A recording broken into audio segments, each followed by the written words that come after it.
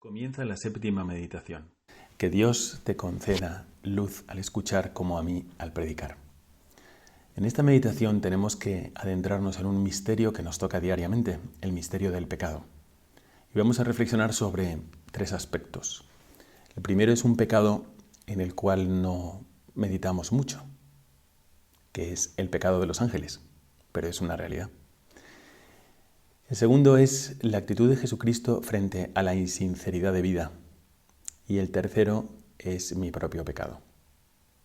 Así que vamos a hacerlo pidiéndole a Dios que nos ilumine y que nos ayude a tomar las decisiones necesarias para nuestra vida. Léon Bloy dice que el mal en el mundo es de origen angélico y no puede ser expresado en lengua humana. Es verdad que nos encontramos con tantos males, tantas maldades, tantos pecados que a veces nos inquietan y nos solicitan y decimos, ¿cómo es posible esto? Alguien que mata a un niño, lo pone en un maletero y luego lo entierra y después finge que no lo ha matado. Traiciones, engaños, mentiras. ¿Qué ha pasado aquí? Claro, es que el mal no podemos terminar de explicarlo porque entró en el mundo por un ángel. Estamos comenzando una segunda etapa dentro del principio y fundamento, que es el encuentro consigo mismo y con la misericordia de Dios. Este era el plan de Dios. Hasta ahora hemos visto el plan de Dios, una creación maravillosa, como un concierto estupendo, una creación tanto material como espiritual maravillosa, pero ahora tenemos que ver ante estos regalos de Dios y estos dones de Dios, vamos a ver nuestra respuesta. Y nuestra respuesta es el pecado. Considerado así en frío, es impresionante. Al más bondadoso del mundo le hemos respondido con odio. Al que más nos cuida, con indiferencia. Por eso, la finalidad de esta meditación es tomar conciencia de una realidad, pero sobre todo vamos a pedir saborear con el corazón qué significa el pecado y suplicarlo. Ilumíname. El que peca pisotea al Creador, a ese Creador maravilloso que hemos visto, y se condena a muerte. Concédeme la gracia del dolor ante el pecado, Señor, y de construir mi vida solo desde el amor a ti.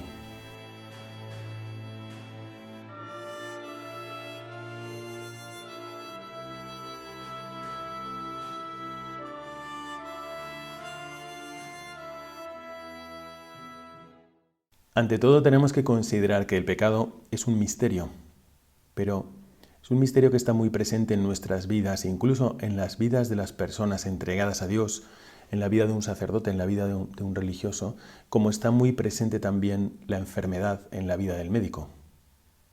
Todos los días vemos los efectos del pecado en las almas. Y cualquier pecado nos asemeja al demonio. Esa imagen que con tanto cariño el alfarero está formando en nosotros. Esa imagen de Dios que somos cada uno de nosotros, los hombres, porque Él insufló en nosotros su espíritu. Esa imagen, pues, la rompemos a martillazos. Nos puede servir recordar aquel 21 de mayo de 1972, cuando un hombre, László Tóth, se llamaba, creo que húngaro, pues mentalmente perturbado, entró en la Basílica de San Pedro con un martillo en la mano y se dirigió hacia la Pietà de Miguel Ángel y empezó a golpearla en la cara. Creo que le pegó unos 15 veces. Iba vestido de un smoking negro con una camisa roja y le pegó 15 golpes a la escultura. Le rompió sobre todo pues las partes de la mano, de la nariz, de la oreja. Después hicieron un trabajo de reconstrucción admirable. Pero esta imagen de esta persona que llega dentro con un martillo y rompe esa imagen maravillosa, nos puede servir también para saber en esencia qué es el pecado. Es entrar dentro de nosotros mismos y afear, romper, destruir esa imagen de Dios en nosotros. Y es la actitud más diabólica de la criatura. Cada vez que pecamos, nos asemejamos mucho al demonio, porque va contra mi razón. Mi razón me dice que yo dependo totalmente de Dios. Una persona que reflexione sobre qué significa ser criatura y qué significa ser creador, como hemos visto, de la misma forma que la luz de la bombilla depende de la electricidad que pasa por esa bombilla, pues dice que dependemos completamente del Creador para todo. Entonces va contra mi razón. Pero no solamente va contra mi razón, va contra mi conciencia, que siempre me exige cumplir el bien. Y va también contra mi corazón, porque mi corazón busca el amor puro. Y a pesar de todo, qué misterio, prevalecen las pasiones, el orgullo. Y decimos, no te serviré. Así que, para entender bien lo que significa el pecado, hemos de mirar a Cristo crucificado y pedirle durante todas estas reflexiones, porque es un tema al que a nadie le gusta reflexionar, a nadie le gusta pensar en ello, pero ¿qué es lo que buscamos? Pues buscamos que surja en nuestro corazón una petición sincera de decirle a Dios, concédeme la gracia de no ofenderte más. Si dependiera de mí, Señor, ya no quiero ofenderte más, ayúdame. Así que vamos a considerar primero los ángeles, porque reflexionando en los ángeles entenderemos mejor también nuestra actitud al pecar. Los ángeles están en la cima de la creación, son seres bellísimos, son sobrehumanos, son también totalmente espirituales y existen los ángeles, existen. Les rezamos cada día. Nosotros, los legionarios de Cristo, pero tantos cristianos, le rezamos cada día 3 veces por lo menos. Ángel del Señor, que eres mi custodio, puesto que la providencia soberana me encomendó a ti, ilumíname, guárdame, rígeme y gobiérname en este día. Amén. Así le rezamos. Santo Tomás tiene una gran parte de la Suma Teológica donde habla de ellos, por eso se le conoce también como el doctor angélico. Y es muy interesante cómo conocen, cómo aman, cómo usan su libertad, cómo fue su creación, sus oficios, el amor de Dios hacia ellos. ¿Cuántos son? Pues son innumerables. Y con ellos compartiremos el cielo. No son los esclavos de Dios. Uno permanece asombrado a cada párrafo de la Suma Teológica de Santo Tomás sobre los ángeles. Fijaos, no tienen defectos. Y si tuviésemos que compararlos a alguien, ¿a quién podríamos compararlos? Pues, habéis encontrado alguna vez en vuestra vida esas almas espirituales, ¿no?, que nos conmueven, que son tan puras, tan cercanas a Dios? La consagrada más santa que haya conocido, la monja de clausura más santa que haya conocido. Yo pienso siempre en un sacerdote italiano que había hecho una obra después de la Segunda Guerra Mundial y que había hecho un orfanato muy cerca de Nápoles. Era cuestión de mirarlo y se te saltaban las lágrimas y no sabías por qué. O una carmelita, recuerdo una chica carmelita de 18 años que iba a entrar al Carmelo y decía con una pureza increíble, es que yo solo quiero servir a Dios. O a lo mejor una viejecita, mi abuela, tu abuela. Yo recuerdo una viejecita campesina que me dio 20 céntimos para ayudar a los sacerdotes, con las manos llenas de barro, pero tenía unos ojos limpios y me dio nada menos de 20 céntimos, eran 50 liras. ¿Qué será ver a un ángel? Decía San Juan Crisóstomo, no es para mí ningún placer hablaros del diablo, pero la doctrina que este tema me sugiere será para vosotros muy útil. Y en efecto, uno piensa, pero qué horroroso es el pecado, qué absurdo, qué consecuencias tan horribles. Vamos a tomar para profundizar en esto, con un poco más de tranquilidad y de serenidad, un texto que no es de la Revelación ni de ningún escritor sagrado. Es un texto de un literato, de Torquato Luca de Tena, donde narra la historia de un alma en el purgatorio. Y voy a tomar una serie de párrafos donde este alma que recibe de Dios, recordemos que es literatura, no es palabra revelada obviamente, pero se imagina que ese alma recibe de Dios la oportunidad de volver para arreglar algunos asuntos con su hija, y mientras está volviendo del purgatorio se cruza con el diablo y tiene esta descripción. Vamos a leerlo porque dentro de esta descripción, que recordemos que es literaria, tiene también verdades que nos van a ayudar a reflexionar. Dice así Torquato Luca de Tena: Mi alma deambulaba por los espacios cuando topó con un temible y formidable personaje espiritual. El más inquietante, el más interesante, el más importante de los seres creados, el demonio. Cuando nos cruzamos en el espacio, quedé paralizado al contemplarle. Él también se detuvo para dejarse contemplar. Era hermoso y grandioso, como el negativo de una gran obra de arte en que los colores estuviesen cambiados, mas estaba infinitamente, definitivamente, triste. Entendí que el demonio era la tristeza. Intenté comprenderle porque me sentí maravillado de su grandeza y de su pesadumbre. Era el ídolo caído, el primogénito desterrado. Pretendí dialogar con él y no obtuve respuesta. Entendí que el demonio era la negación. Me abstraje en la visión de su espíritu.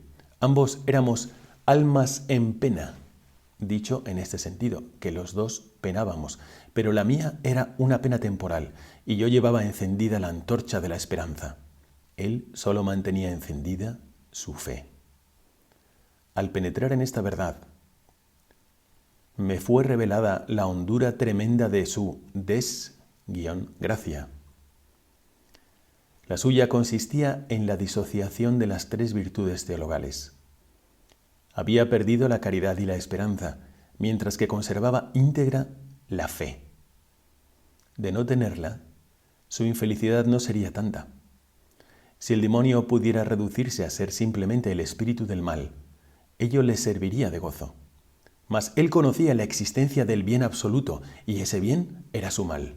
Entendí que el demonio era la contradicción. Al contemplar su grandeza caída y su enorme poder de seducción y majestad, me acudió una duda.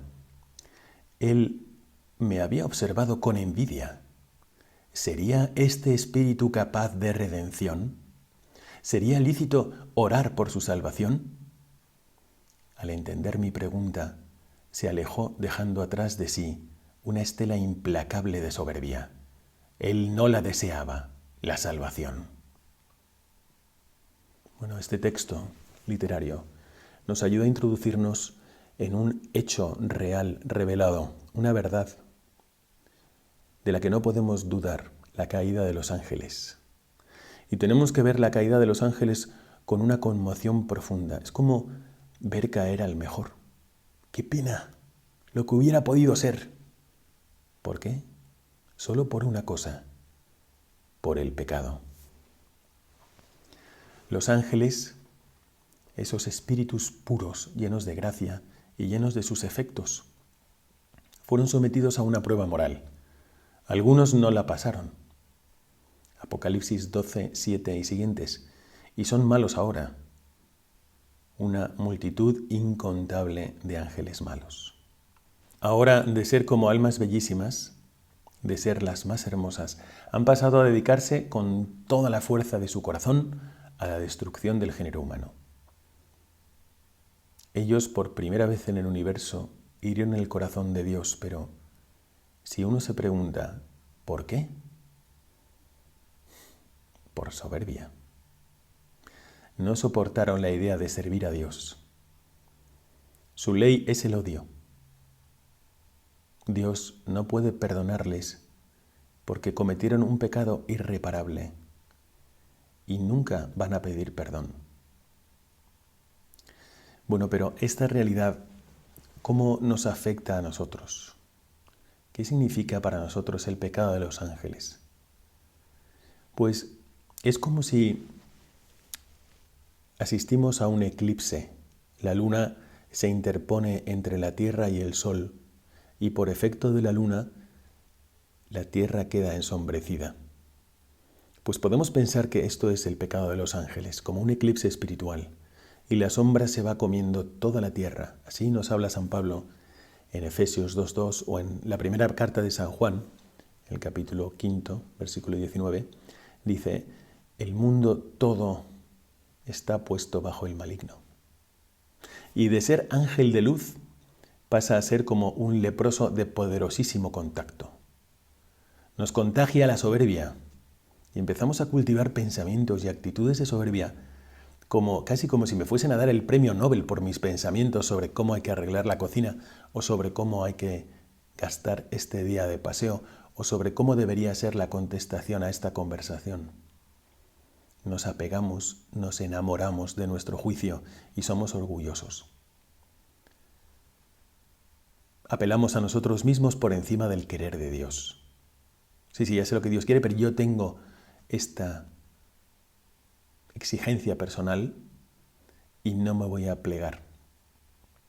Dios me ofrece amarle y llenarme del bien absoluto, me ofrece ser santo, pero no me basta. Yo tengo mis exigencias que voy a cumplir. Dios se esconde tras los acontecimientos y no se me revela sensiblemente para no condicionarme. Y, claro, a veces entreveo el plan de Dios, no lo entiendo y por lo tanto no lo acepto. Exijo interiormente que Dios se adecue a lo que espero.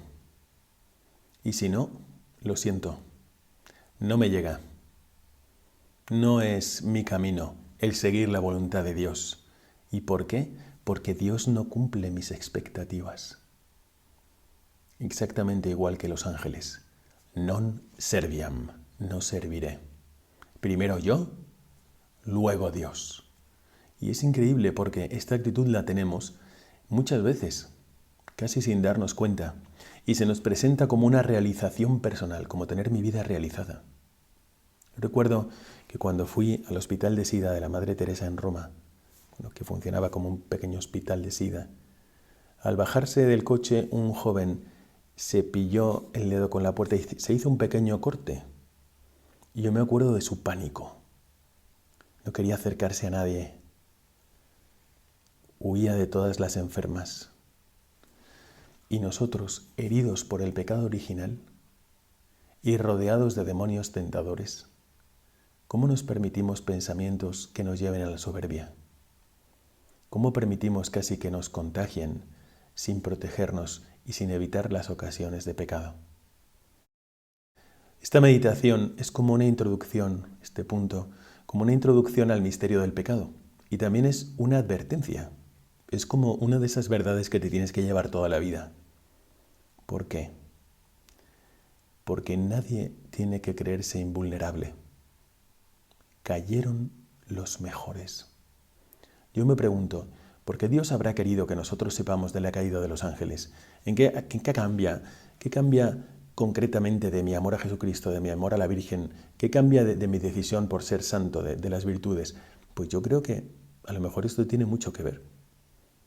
Jesucristo, al revelarnos esta realidad, nuestro Señor, en la revelación, en la Biblia, al revelarnos esta verdad, a lo mejor quiere hacernos entender que, atentos, cayeron los mejores. Y tenemos que ver que es una deformidad, un horror, una monstruosidad. De tal manera que le supliquemos a Dios la gracia de odiar el pecado.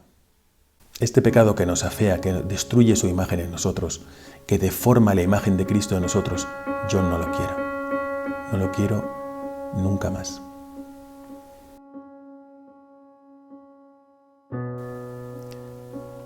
Y como se profundiza mejor, se ven mejor las cosas cuando hay sol y sombra. Cuando la vemos, vemos la verdad, pero también vemos la mentira. Y por contraste, entendemos mejor las cosas. Así también ahora vamos a ver el corazón de Jesucristo con respecto a esta mentira. Pero antes reflexionemos un poco sobre lo que significa este eclipse de pecado, que estamos envueltos y estamos rodeados por actitudes que no nos ayudan a querer la voluntad de Dios y el plan de Dios en nuestra vida.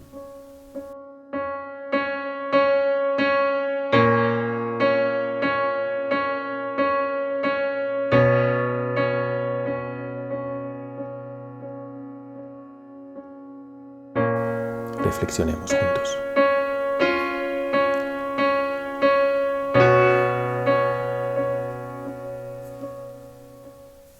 Y como sol y sombra, en este caso más como sombra y sol, hemos visto la actitud de los ángeles caídos y ahora vemos la de Jesucristo. Antes de considerar el pecado, mi pecado, vamos a hacer una mirada rápida a la visión de Jesucristo sobre la mentira, sobre la hipocresía, porque así nos ayudará a hacer verdad. ¿Por qué Jesucristo dirige las invectivas contra los fariseos? ¿No nos parecen tremendamente duras, además viniendo de los labios de Cristo? La forma de entenderlas es que Jesucristo lo que busca en el alma es ante todo sinceridad. Por lo tanto, no busca que tengamos poca culpa o menos culpa que los otros. Lo que busca es un corazón sincero. Y si ese corazón sincero tiene que decir pequé, pues que diga pequé. Y si ese corazón sincero tiene que decir pequé así y asá, pues que lo reconozca y que lo diga para quitárselo, y así se lo puede perdonar. Esta meditación nos sirve también para ir pensando en una buena confesión, como nos dice la Iglesia por lo menos una vez al año, por lo menos en Pascua. ¿No sería hermoso preparar una confesión más a fondo de lo normal? Con una gran sinceridad. Que nosotros sepamos de las cosas que más repugnan a Cristo es el corazón doble, la hipocresía. Y cuando nos acercamos al corazón de Jesucristo, nos impresionan algunos de sus rasgos. A mí personalmente me llama la atención, mientras está encontrando con los primeros discípulos, la alabanza que él mismo hace de Natanael. Después de que Natanael desprecia el lugar de nacimiento de Cristo, imagínate tú que desprecian el lugar donde has nacido, ¿tú crees que de Nazaret puede salir algo bueno? Ven y lo verás. Y mientras se está acercando, dice Jesucristo, he ahí un verdadero israelita en el cual no hay doblez. Jesucristo alaba públicamente su autenticidad, su sinceridad de vida. Y creo que solamente es comparable a la alabanza que también hace Jesucristo sobre Juan Bautista cuando alaba su coherencia. ¿Y a quién habéis salido a ver en el desierto? ¿A una caña que se doblega hacia todos los vientos, que va cambiando de posición según sopla el viento? No. Luego dice, os aseguro que entre los nacidos de mujer ninguno es mayor que Juan. O sea que Jesucristo ve esa coherencia de vida, esa sinceridad, esa vivir en la verdad y lo alaba. Si a mí hay algo que me llama la atención de Jesucristo, sobre todo su sentido de proporción. Bueno, me llama la atención muchísimas cosas, lógicamente, pero me llama mucho la atención su sentido de proporción. Así que en estas alabanzas no hay exageración. Jesús, dice el Evangelio de San Juan, sabía lo que en el hombre había. Y por eso sabía que Juan había sido sincero con Dios y con los hombres, que había llevado la verdad por delante y que su misma sinceridad, su sinceridad de vida, le iba a costar la muerte. Y Juan Bautista fue sincero hasta la muerte. También sobre la sinceridad, Jesucristo nos deja una parábola, que es la del fariseo y el publicano. Dos hombres que suben a rezar, pues una situación sospechosamente parecida a la que estamos viviendo, rezando, haciendo los ejercicios espirituales, pero uno tiene la mirada puesta sobre sí mismo. Y yo creo que es difícil que nosotros hagamos como el fariseo realmente, qué bueno soy mejor que los demás, pero sí podemos rezar diciendo, hombre, creo que no estoy tan mal, estoy por encima de la media, no soy santo, pero estoy pasando por un momento un poco bajo y total, no tengo grandes pecados. Esto sí nos asemeja al fariseo. Bueno, solamente tengo pero total, alguna distracción tengo que tener. En cambio, la oración del publicano es: soy culpable. Este hombre lo sabía y lo declaraba: soy culpable. Sinceridad de vida. Y Jesucristo le alaba. Un hombre que se había dejado llevar por la codicia y la aparición del dinero, que se había aprovechado de los demás injustamente, el publicano, recibe la alabanza de Cristo. Y dice: ¿por qué? Por su sinceridad. Dios conoce todos los corazones. Y cuando nos ponemos ante Dios, somos como este publicano que se siente desnudo y humillado. ¿Qué tengo yo de lo cual me pueda vanagloriar delante de Dios? ¿Cómo puedo decirle a Dios: no, estoy un poquito por encima de la media? No. Tenemos que reconocer todo lo que no hemos vivido bien y tenemos que ponerlo delante de Dios con una grandísima confianza.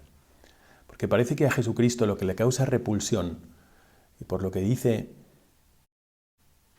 que ay de vosotros fariseos, es justo lo contrario de lo que le causa atracción, que es esa sinceridad que atrae la mirada de Dios.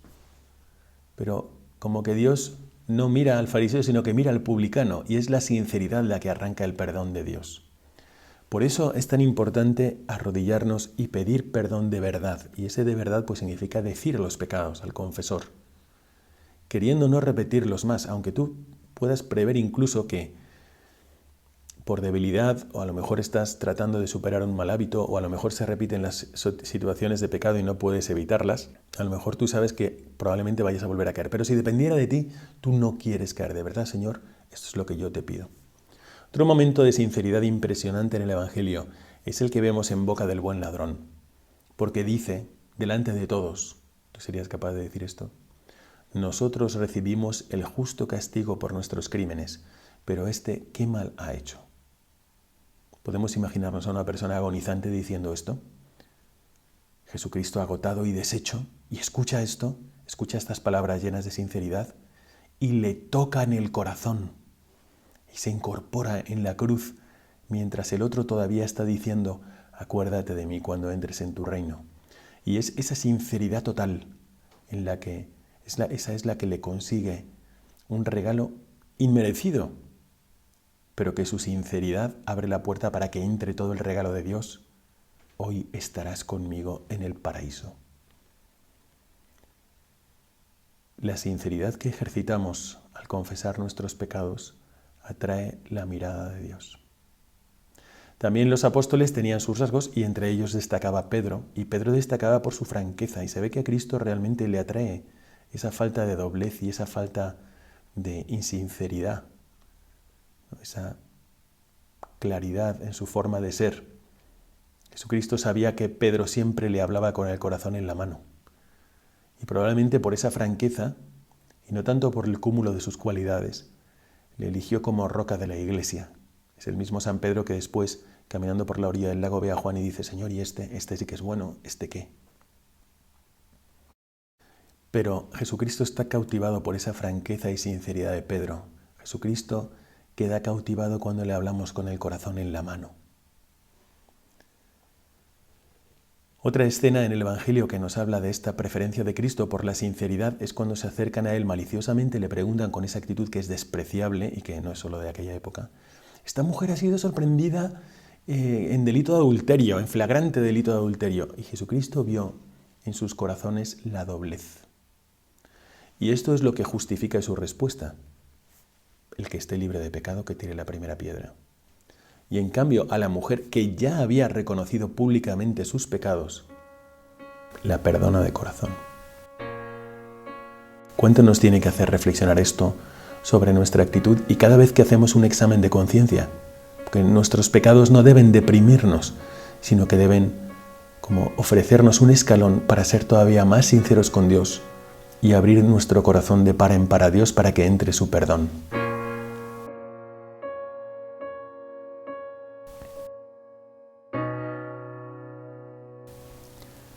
Lo más parecido a una amenaza en la vida de Jesucristo, Jesucristo lo lanza no contra tal o cual pecado, sino contra la actitud de insinceridad. Dice: raza de víboras. Haced lo que os digan, pero no hagáis lo que hacen. ¿Por qué me tentáis, hipócritas? ¡Ay de vosotros, fariseos hipócritas, guías de ciegos, que coláis el mosquito y os tragáis un camello! ¡Ay de vosotros, hipócritas, que limpiáis por fuera la copa y el plato, y por dentro estáis llenos de rapacidad y de inmundicia!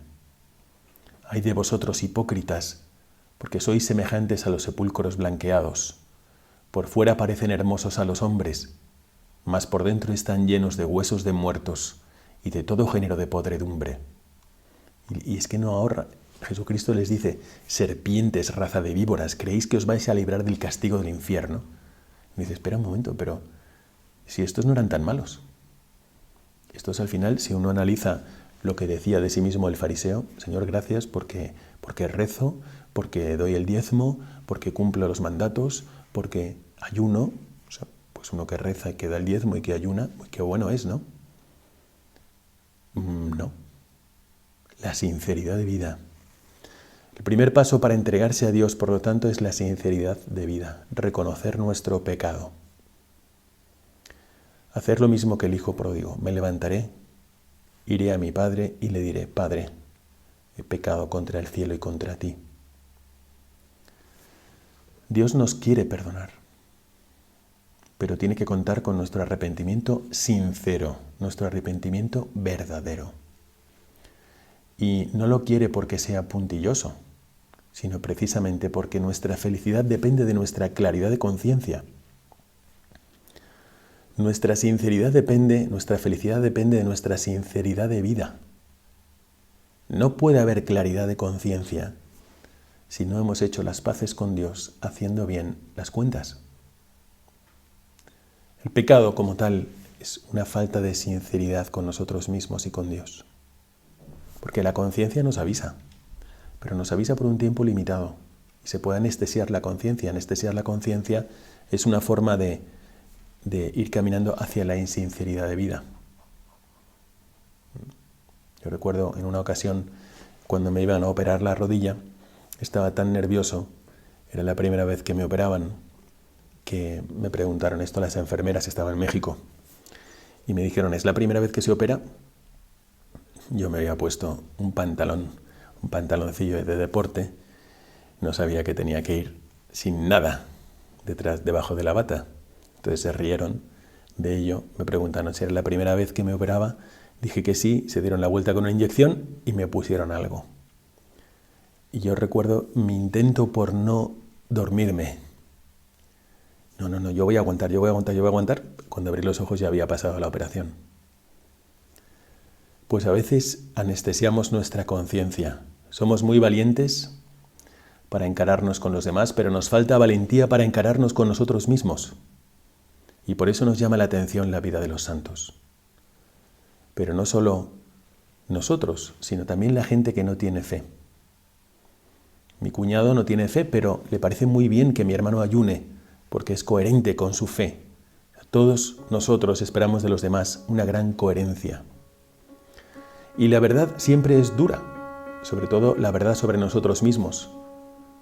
Todo pecado es como una cobardía. Y la santidad es la valentía, el coraje. Ser sincero es ser potente. Y esto es verdad ante Dios, es verdad ante los hombres, es verdad también ante la propia conciencia.